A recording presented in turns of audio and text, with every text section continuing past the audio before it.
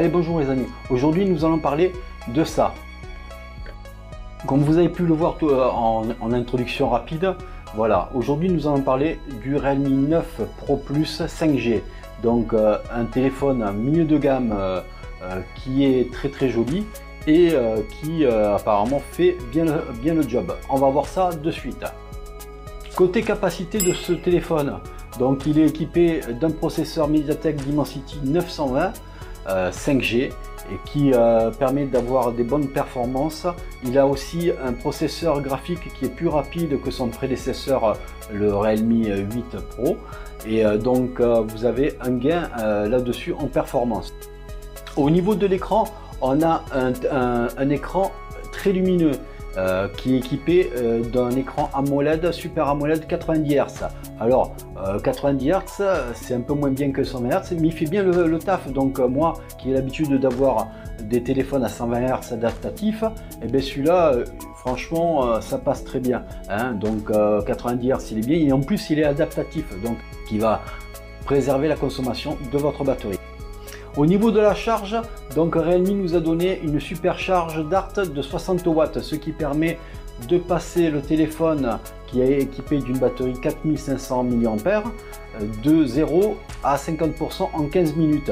Donc, et en à peine plus de 35 minutes, vous passez de 0 à 100%. Donc super charge, donc très efficace.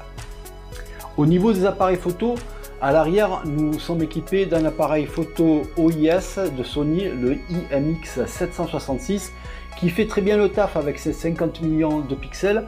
Donc on a des résultats qui sont assez probants, donc même étonnant pour un milieu de gamme.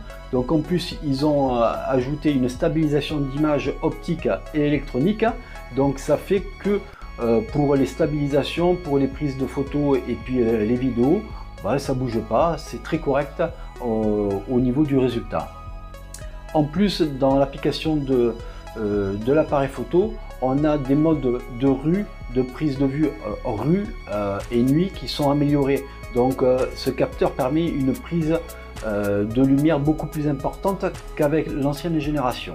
Au niveau du refroidissement, parce que c'est un téléphone qui chauffe pas, voilà, il est étonnant, il chauffe un peu au niveau de la charge, mais après en utilisation, que ce soit dans les jeux ou quoi que ce soit, il ne chauffe pas, hein.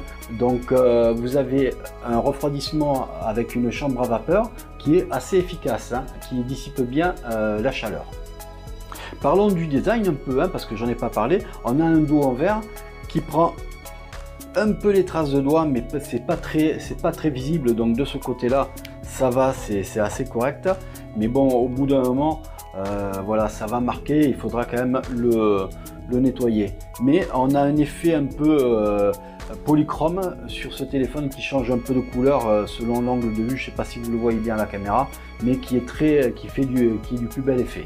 Au niveau haut-parleur, on a deux haut-parleurs pour le son. Donc on a un Dolby Atmos stéréo et donc c'est très bien, hein. Donc on a un son un petit peu déséquilibré par rapport au bas et au haut. Revenons un petit peu sur le processeur. Donc comme je vous disais tout à l'heure, on a un MediaTek Dimensity 920 5G qui est cadencé à 2,5 GHz pour une gravure de 6 nanomètres. Donc ça veut dire quoi? Ça veut dire qu'on a un processeur qui est assez véloce vu qu'il fait 2,5 GHz et qui consomme très peu vu qu'il a une gravure très petite, donc il consomme très peu d'énergie. Il est accompagné d'un processeur graphique ARM Mali G68 MC4, donc qui fait bien son job pour les jeux. Moi sur Real Racing 3, il n'y a pas de souci, il n'y a pas de ralentissement ni dans les scènes cinématiques ni dans le jeu. Au niveau du stockage, on a plusieurs configurations.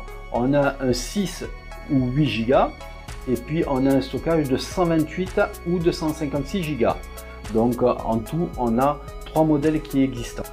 Pour l'écran, c'est un Super AMOLED 90 Hz avec un taux adaptatif, comme je vous ai dit tout à l'heure. Il a une résolution de 2400 par 1080.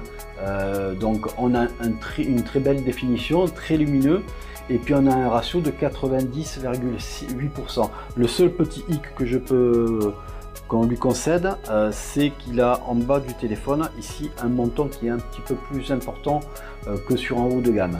Revenons un petit peu sur les appareils photo arrière. Donc on a le principal que je vous ai parlé tout à l'heure de 50 mégapixels, on ne va pas y revenir, mais il est accompagné d'un ultra grand angle de 8 mégapixels et puis d'un objectif macro qui sert à rien de 2 mégapixels. Enfin moi c'est mon avis, après vous en ferez ce que vous voulez.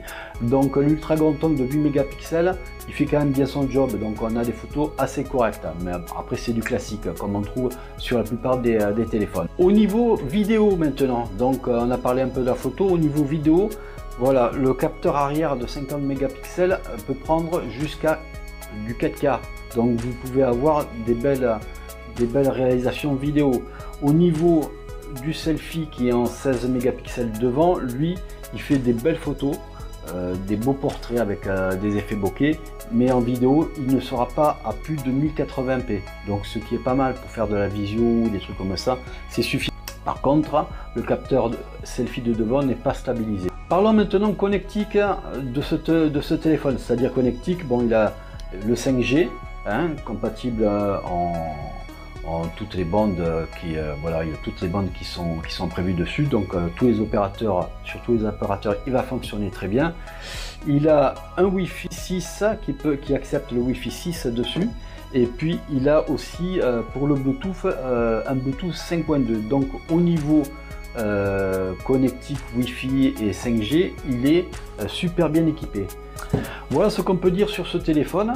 Donc moi je l'ai bien aimé ce téléphone, ça fait à peu près 10-15 jours que je le teste, donc pour moi il est très bien équilibré, c'est une bonne surprise donc surtout que au niveau prix il est assez raisonnable, voilà, on le trouve en premier prix à partir de 379 €, donc c'est un prix assez raisonnable, il propose beaucoup de choses, beaucoup de fonctionnalités, et voilà, il vous décevra pas dans le temps. Donc si vous cherchez un téléphone qui soit assez complet et qui soit assez fluide et rapide, donc ce téléphone peut parfaitement vous correspondre, surtout à un prix qui est assez contenu. Voilà, donc si vous n'êtes pas prêt à lâcher plus de 600 ou 800 € sur un téléphone, eh bien celui-là il fait de très bons compromis, il fait des belles photos, il fait des belles vidéos, et puis on peut jouer avec, donc voilà, il a tout ce qu'il faut pour faire un bon petit téléphone. Pour ma part, la vidéo tire à sa fin, n'hésitez pas à mettre un pouce bleu si vous avez aimé la vidéo, et n'hésitez pas à vous abonner si ce n'est toujours pas fait. Et puis n'hésitez pas aussi à jouer au jeu de la Mystery Box. Voilà, je vous rappelle qu'on a un jeu qui court les inscriptions jusqu'au 15 août à 21 h. N'hésitez pas, c'est un jeu qui fait gagner une Mystery Box. Et dans la Mystery Box il y a un objet connecté tout neuf qui est à gagner, donc n'hésitez pas à aller voir la vidéo, et puis vous avez tout qui est expliqué dans la vidéo pour s'inscrire. Je vous dis à bientôt, et puis faites attention à vous. Allez, ciao ciao.